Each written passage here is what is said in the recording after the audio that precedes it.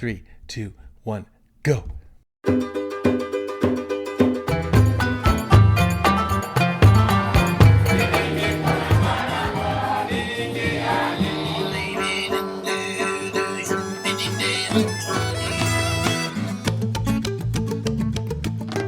Hey there. Hey. This is Trevor, and that's Justin, and welcome back to another episode of Sparking Creativity, the EthnoArts podcast. How you doing, Justin? I am doing great. I'm excited about today's episode. Me too.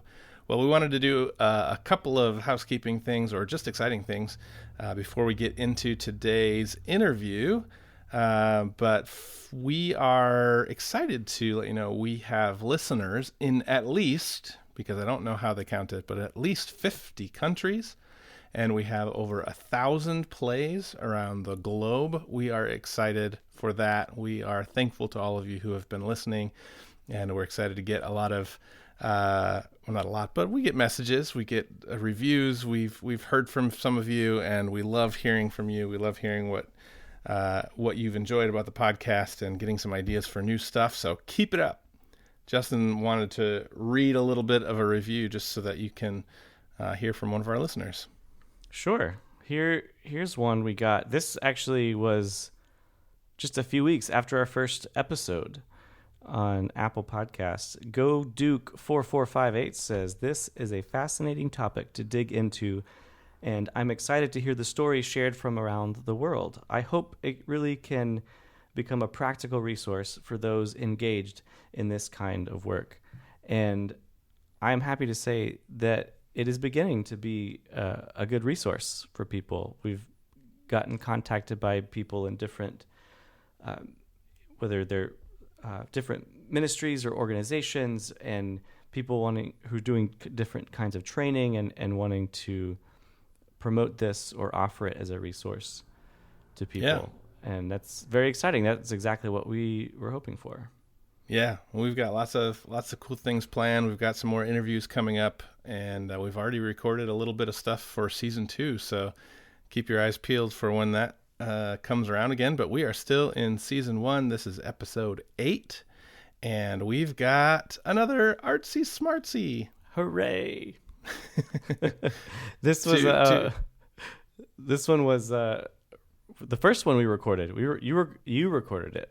Yes. Like almost a year ago. We've been sitting on this one waiting to work it in. So I'm happy that it's finally happening.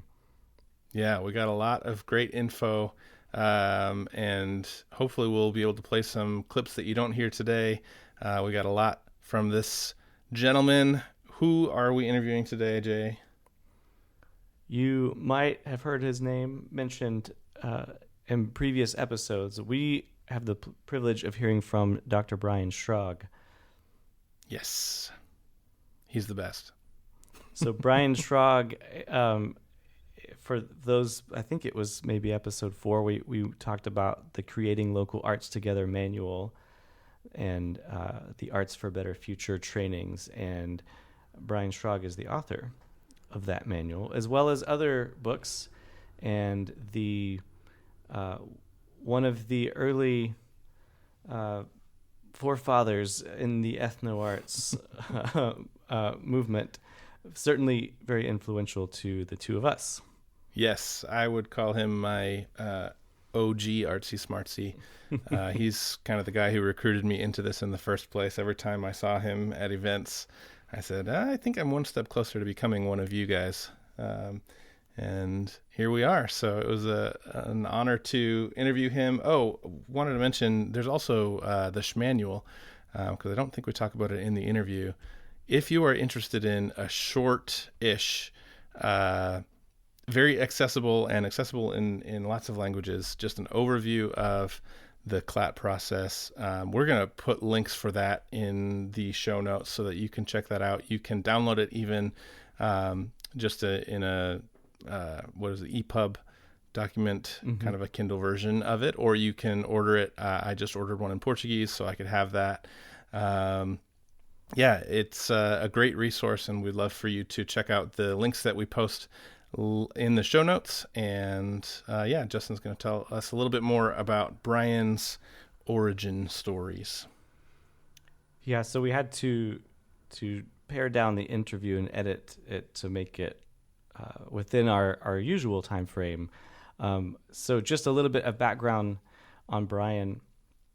He comes from a musical family of musicians, and so was already surrounded by that and gifted in that. He said he sort of he said the beginning of this journey for him was in the beginning fascination with things about neuroscience and what's happening in the brain and how music is affecting that. And he got his degree in that, actually. I forgot the bachelor's, name. I think. I forgot the name of his degree. So that it's like I guess not something I would normally think of as a typical bridge into this world. But he talked about going to Wheaton College, where they had a program in ethnomusicology. And at the time, it was taught by Vida Chenoweth and Harold Best, who are some big names in ethnomusicology in the ministry context. He had some initial exposure in being in a cross-cultural situation by moving into an African-American neighborhood of Chicago and beginning to learn like what a culturally diverse environment was like, and finding his way within that community. He said it was in that church he learned a lot about racial reconciliation and learning to lead worship in a Black gospel style music, which I've heard him play the piano, and I definitely hear those influences, and it's really, really great. So his moving on into this overseas, like the progression was under Vida Chenoweth's, what do you call it, like her framework or the path that she believed was the best way to integrate this, which was to move overseas and with linguistics training and anthropology and starting to do Bible translation and get scripture available first, and then move on into ethnomusicology type activities. Once you really know the culture and the language and what's going on linguistically, to then move on to these heightened styles of artistic communication.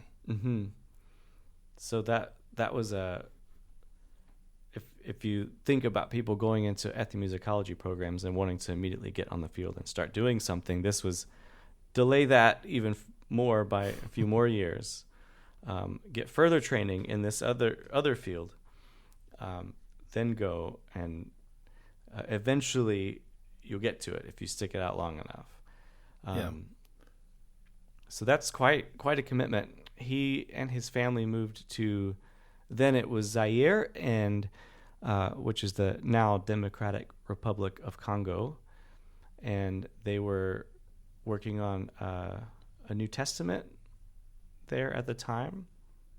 And this was, I'm looking at my notes here, before he moved on to do a PhD. It was in this time I think as part of his language and cultural learning, he was learning taking lessons on an instrument, the kundi. He was meeting musicians and getting to experience what music in the church was like.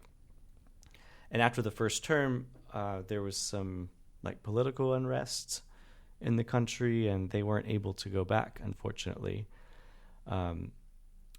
But he did say that the New Testament was completed about a year or so ago. Yeah. So grateful that could continue. And then in this time, when they were back trying to figure out what to do, he began his PhD at UCLA, which I don't even know what that stands for. Is that University of California? University of California, Los Angeles. Los Angeles. Okay. Yeah, big And school. they had an ethnomusicology program there, so he's taking it further. And this was under the chair of Tim Rice, who is also a name that I remember reading a lot about in classes. He did a lot of study of Bulgarian music, which was of particular interest to me at the time.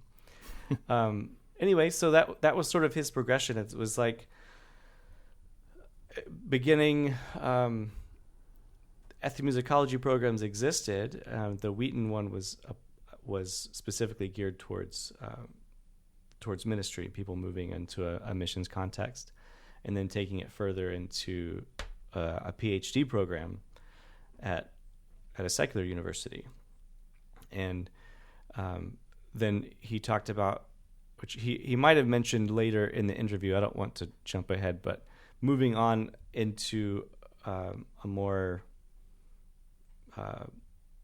administrative role within SIL and heading up that department and he was one of the ones that helped move it from ethnomusicology in the organization to EthnoArts, which is what we'll hear about.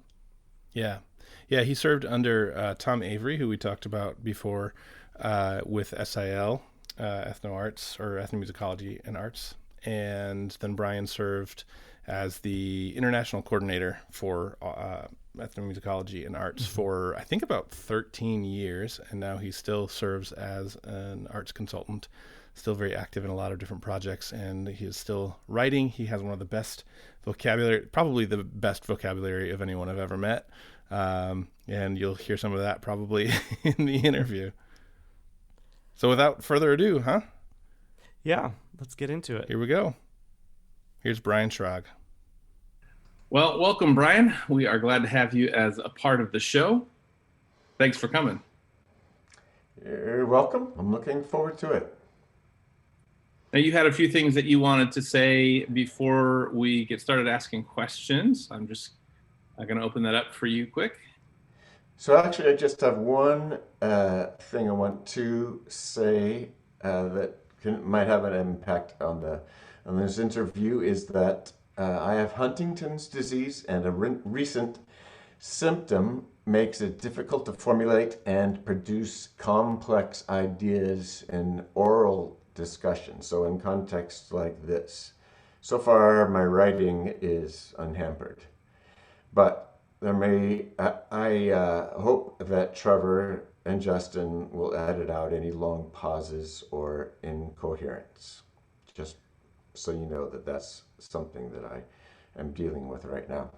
Yeah, we will do that for sure. I would like to also say your writing is fantastic, and we have all benefited from that. So we are excited to have you here as one of our mentors, one of our teachers, one of our high influences on both of us and many others. And so we wanted to get to know a little bit more about your journey, your path, some of the things that you've encountered along the way.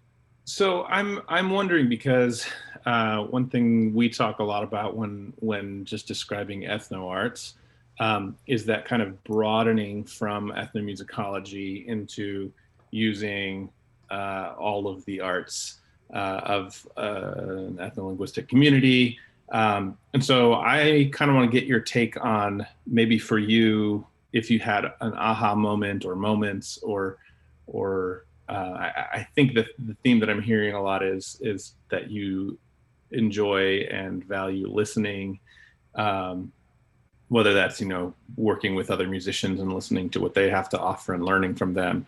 But what was it for you as you shifted into even more leadership roles within SIL, and then writing books and manuals and being involved in a lot of education? What was involved in that expansion to EthnoArts, including all of the arts and not boxing it up in some ways to just music? There was a story from when we were living in Beeley, where we had a new house built for our family, and we were going to have a big celebration. and um, and so I commissioned 3 people to write songs in traditional styles. At least 2 of the 3 were in traditional styles. Another was in a popular uh, style, Congolese style, um, and based on Jesus' parable of the wise and foolish builders. And they were going to perform it and perform those songs at this celebration that was going to have people from leaders from the village. You know, there's also Muslim communities and people from all walks of life and faith, and I wanted them to hear this scripture, things that Jesus had taught. And the day before this big celebration, I got a call from, or a message that somebody had sent me saying that the elders of the church wanted to talk to me. And so I went to this church building, no sides, thatch roof, just and there were about 5 men who were elderly men there. I thought I had talked with all of the decision makers, the gatekeepers in the church, but I hadn't realized that there was a group of these older men that had influence, and they called me, and I went there, and they said, "We heard that you were going to have traditional Mona music at this celebration tomorrow," and I said yes, and then they said, "Well, you can't do that." And they said, and I asked why, and they said because when Salome danced, John the Baptist head was cut off. And so that taught me several things. One, that there's always more, there are more complexities in cultures than you're aware of. But I also I just knew how to listen.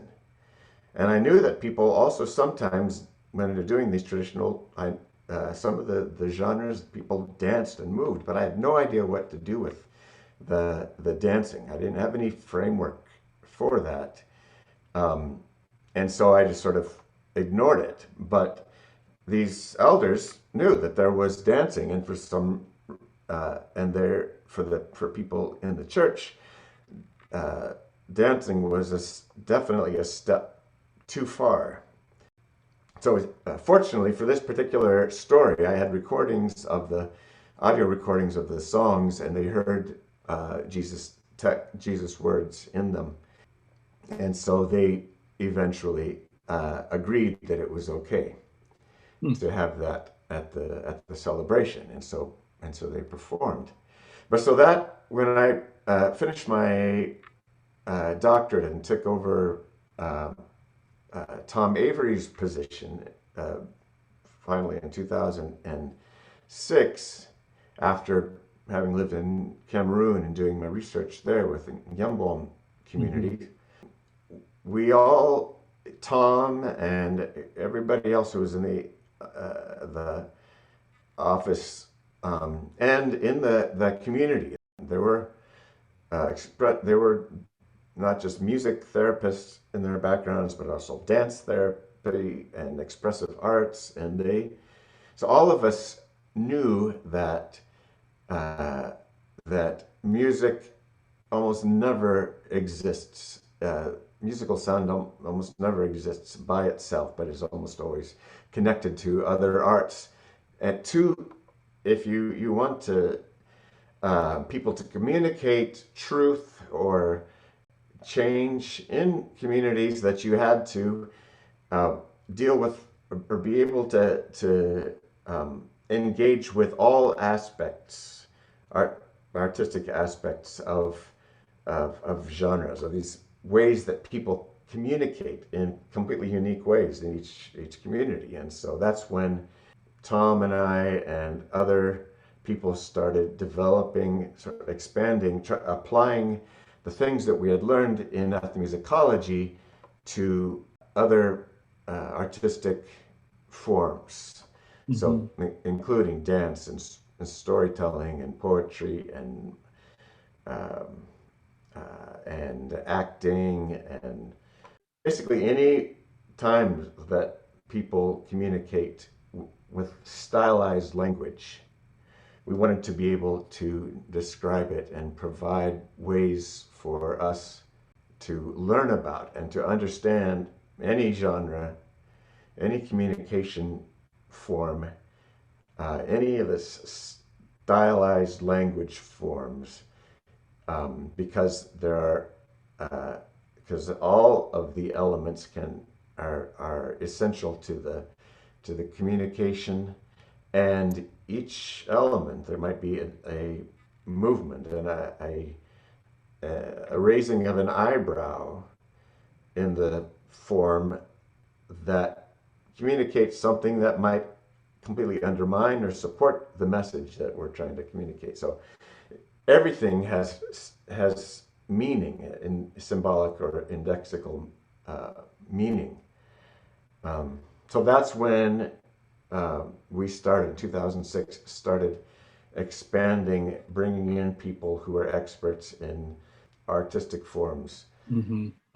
And eventually what we put into the Creating Local Arts Together manual, that mm-hmm. step 4, all of that research, all these research questions and activities, so that we, when we had the opportunity and to analyze more, understand more, we would have the tools to get into any artistic aspect of those special forms of communication. Yeah, that's fantastic. That's reinforcing some of the things that we've talked about on previous episodes, and including Tom Avery, and just kind of puts a timeline for me on some of those changes in understanding, as well as specifically people who have been trained and are going to the field with SIO and other organizations to have more of that training in way more than just music. It's very, very important. And I find it really fascinating that you and others going through the time that you were being trained, the understanding was that here you need to learn another completely detailed amount to be a translator, to be an anthropologist, to do all of these things so that you could get to the thing that you're actually excited about, the ethnomusicology and the ethnoarts side of things. And now I'm going, okay, what about the other way? I feel like everybody who goes as an anthropologist, in missions in general, they should be trained in this kind of broad ethnoarts. You're talking about stylized communication. You're talking about any kind of communication that's heightened, that's specialized, that is different. You need to be aware of those things, like you said, and an eyebrow being lifted could completely change the meaning of something. If you're not paying attention to it, that could really mess with the message, and that's the point. So that is fascinating. I think you said you had 2 things. I want to make sure that you were able to hit both of those. The first one was the story of the elders and the dance. Was there another one, or was that within your second part? Well, so that was maybe more when I became the ethnomusicology and arts, or ethnomusicology coordinator at the time in 2006. But there was another huge theme that also began in a village in Beeley that we added. So not just doing analyses of linguistic, as well as analyses of or basic analyses of movement and poetic features and theatrical elements of these special kinds of communication, But why are we even doing this? I mean, it's interesting to do the analyses, and basically we made up a new discipline, Mm-hmm. EthnoArts, to take care of or to address reality. I mean, how people live and communicate with each other in these wildly unique ways in every community of the world, and that we all these ways that had been sort of we had ignored, had blinders on.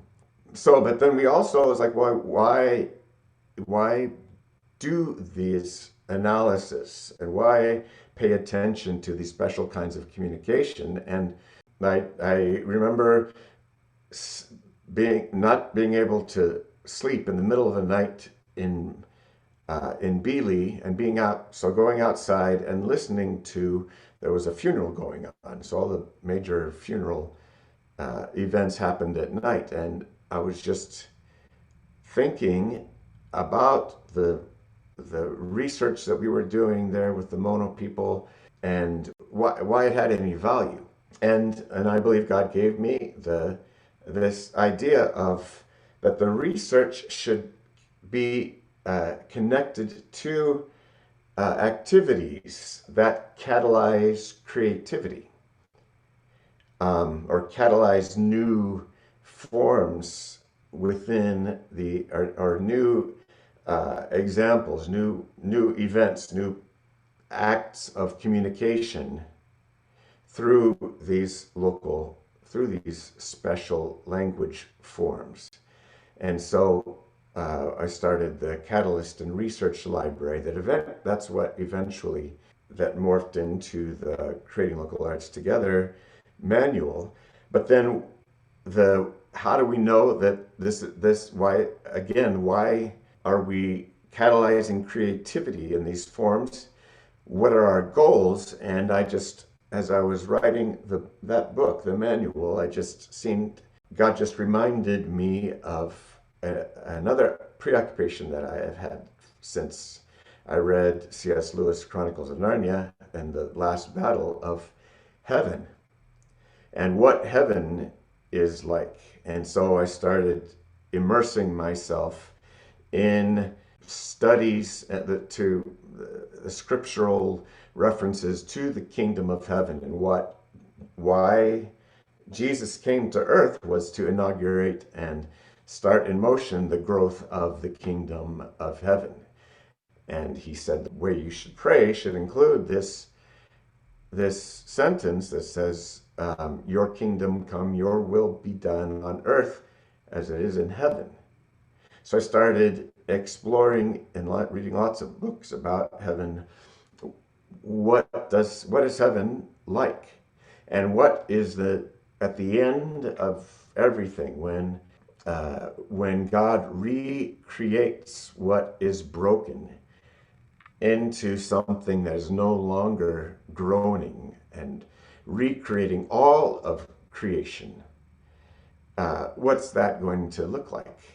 And so I came up with the idea of signs of the kingdom of heaven, where there is shalom and justice, and where people are learning to know God in deep ways that that change how they live, where the Bible is available in the languages and the forms that they can digest and that will touch their heart, soul, mind, and strength.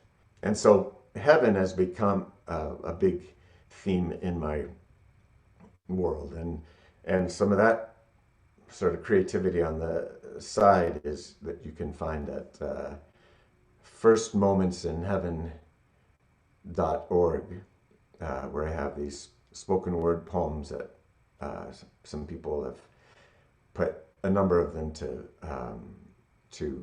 kinetic videos also. It's something I'm very passionate about also, and I think that everything that so in SIL or any organization or that wants to do good in another, in their communities or in other people's communities, we all need to have in our minds what Jesus said and taught is what it's going to look like in heaven, because that's why he came. That's why I'm a Christian.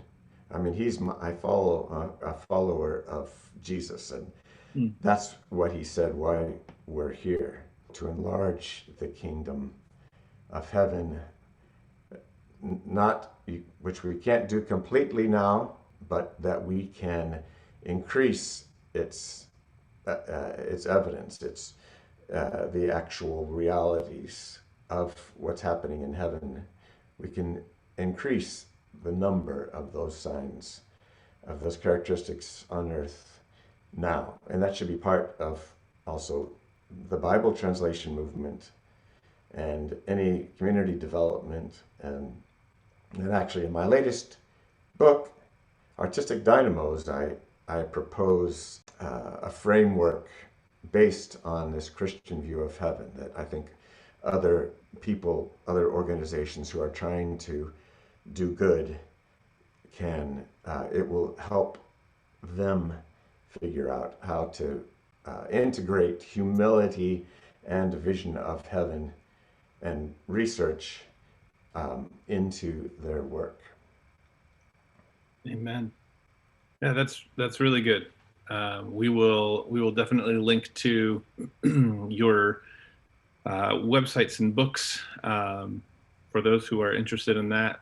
There's some that's, if you're an academic and you're interested in this stuff, Brian writes on that level, and there's also some very easily digestible people. Just if you're interested in missiology, if you're interested in EthnoArts, Brian's done a lot of work, and we want to make sure that you can find those things. So we will link to those. We will make sure that you can find them from here. I would be very remiss if I did not ask you this question, because this, I believe, comes from you, and we stole it unashamedly. Can you tell us where the phrase sparking creativity came from? Because I think you have a story about it. So that was the middle of the night when I couldn't sleep, and I was listening to the sounds of a funeral, the musical sounds of a funeral in the village in Beeley. And I had been working with the Mono Church in wanting to see them relearn something that they had lost. There are all these local forms of communication, traditional forms, if you want to call them that. And so I think it was at that time is when I was thinking about how to make creativity happen. And I was thinking using this term catalyst, which is a term from chemistry, so a little bit scientific, and some people didn't have that long of a life, I think. So I think at the same time I was thinking of sparking creativity. I think that phrase probably came to my mind at the same time.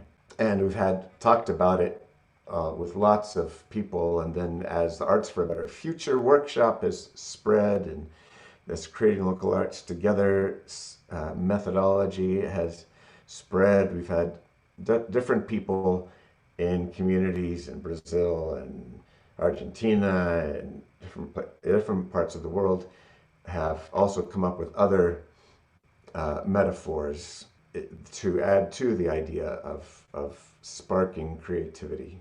Because I don't know, there's also fire involved there, which can be both a positive and a negative thing. But so it's not a universe, doesn't fit into all of the translations of some of the things I've done. But it really has helped me think about the fact that it's not me I'm helping to light a fire in somebody else's creativity. It's not me composing the dance or the song or whatever the genre is, the baguru or the hokai, whatever the stylized language form is. But it's doing things that help other, or that give some reasons for other people creating in forms that they already know, in ways that result in more signs of heaven here on earth. So the idea that it's not me making it, it's just me sort of helping kindle a fire that grows. Yeah. That somebody else is doing. Yeah. Very good. That fits in exactly with what we're hoping from this podcast, is that people, just by being curious, just by appreciating, maybe the community that they live in, and even hearing your story of being in a church where you were sort of, in the ethnic minority, and those of us who have served in other cultures too, when you're in that type of multi-ethnic, multicultural situation, just appreciating one another and being curious and asking questions might spark something new, just by them realizing that someone else thinks it's beautiful, or it could go somewhere else. Appreciation goes a long way, and brings a lot of respect. So that's great. I appreciate that definition, and it's been one of the things that has kept me going in this, and gets me excited every time I think about that spark happening in communities, moving forward on their own and celebrating and continuing to perpetuate creativity in the beautiful forms that God has given them, and can be worshiped through. So in looking forward, one last kind of big question. What are your hopes and dreams for, say, the future of EthnoArts globally, whether that's through people looking to work in EthnoArts, whether it's communities, and I know you've talked a lot about signs of the kingdom of heaven, kind of that idea of bringing heaven to earth. What are your hopes for the future of EthnoArts? What would you like to see? It could just be a mass amount of people that you'd like involved in this. I would like everybody to change the way they think and act. And I would like people involved in Bible translation organizations to be thinking first and foremost about communication and not language analysis, so that when when Scripture is translated, it's translated into the hearts, minds, bodies, and souls of people from the very beginning of the process.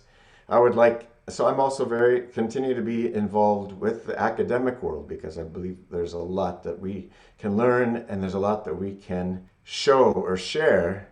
And so I'm doing whatever I can to try to influence two of the largest ethnomusicology or scholarly ethnomusicology organizations, Society for Ethnomusicology and International Council for Traditional Music, to change basically to EthnoArts, to, instead of ignoring everything but music, or having some sort of a weird or clunky addition to music, or defining music as being music. Oh, music is also visual arts, or music is also but anyway, to embrace the conceptual framework that we've developed. Mm-hmm. So I'd like them to change. I'd like everybody who's doing community development work or community engagement to also think in terms of these special forms of language, and look to characteristics of heaven as potential ways to know and measure whether our activities are resulting in good, in better, and people who are living better lives, have lives more like those they would live in heaven, or the newly created heaven and earth. So I think I want everybody to change, to benefit from all of these things that the EthnoArts what has become the EthnoArts community has learned, and because I think that they reflect what exists in reality in terms of language and communication, and in terms of people's hopes and goals to have lives that are more full of shalom and justice and connection to God. So Transformation. Transformation. And so actually, my wife and I, for people involved in the Bible translation movement, we've been able to, we're stewards of a fund that we're hoping to grow called Translation Toward Transformation, where where people can apply for grants in the tens of thousands of dollars for projects, for Bible translation related projects that integrate these special forms of language. Because there's a movement to just try to count the numbers of translations done, and not think clearly about what is it that why do we want to have translations that are sitting on shelves, or do we want to have God's word integrated into communication forms that people can grasp and learn and change through. So that's also we can put that website at the end. Yeah, definitely. Yeah, that's good. I love that. All of those hopes. It seems like a simple task, right? That everybody would figure it out. Come along for the ride.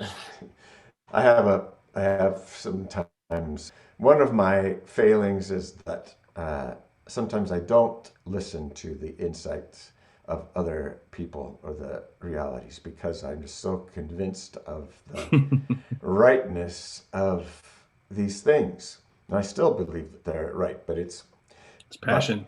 Yeah, it's a passion that I have. Yeah. I think that's really evident to people who meet you.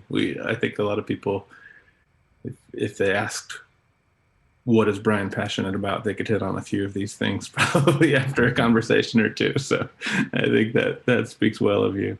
Okay, so I think that's it unless you have anything else, that's it for the big questions. I want to make sure that we plug anything that you would like to plug. You mentioned a lot of them in there.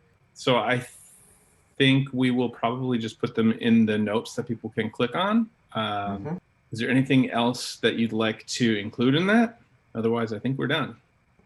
Well, let me just say two other quick plugs. One Sure. is that we're just now the workshop that Robin Harris and I developed, Arts for a Better Future, Yes. that's being taught in a number of places around the world. We are just now, for the June of 2021, we are having for the first time a track for people who want to apply these insights that we've had about communication and heaven and transformation into the process of translating the Bible. We have a track for those people that's going to be for the first time, and we hope to make that into probably a special separate workshop for people engaged in Bible translation. So that's coming up, and then also the simpler version of the Creating Local Arts Together manual, which William Carey is beginning to publish now, that Julissa wrote and I wrote. It's a simplified version of the manual. Is also now being translated into different languages, and it has a lighter touch and simpler touch that people who are not even EthnoArts people can use this simplified manual in a way that called God's or communicating. Actually, I don't know the title of it. I know. I had it on my desk until 2 days ago. Community arts for God's purposes. I think that's it. So it's being translated it's already in Spanish and Portuguese and French, and it's working on a number of other languages. That should be available in more and more languages as time goes on, and doesn't. It helps to have an EthnoArts, somebody with EthnoArts training to use it, but it's also something that anybody who's involved in community engagement, for that in a Christian context, can use. Mm-hmm. Good. So, yeah, we'll make sure that gets on there too. In the future. Yeah. Okay. Well, thank you very much for your time. I appreciate the stories, and we're excited to get more of this out there. We will definitely be telling the stories that there's some videos that you've been interviewed in, or you've told the story of the Mono community, and we will definitely be talking about those. But there's been some really very well produced things on those, so we will make sure to direct people to those. And I'm glad just to get your heart and to hear your story, which I don't think I heard in the past 10 years or so.